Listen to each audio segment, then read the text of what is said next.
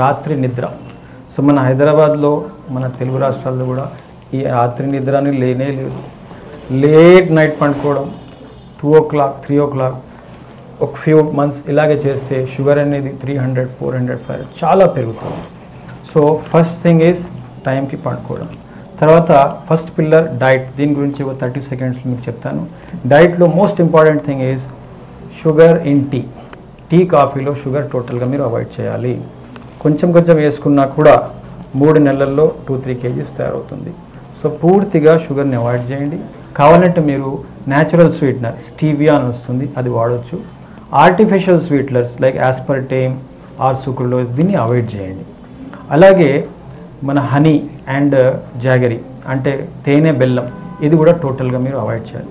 Non diabetic పేషెంట్స్లో షుగర్కి బదులు బెల్లం లేకపోతే మన తేనె వాడవచ్చు, అది మంచిది.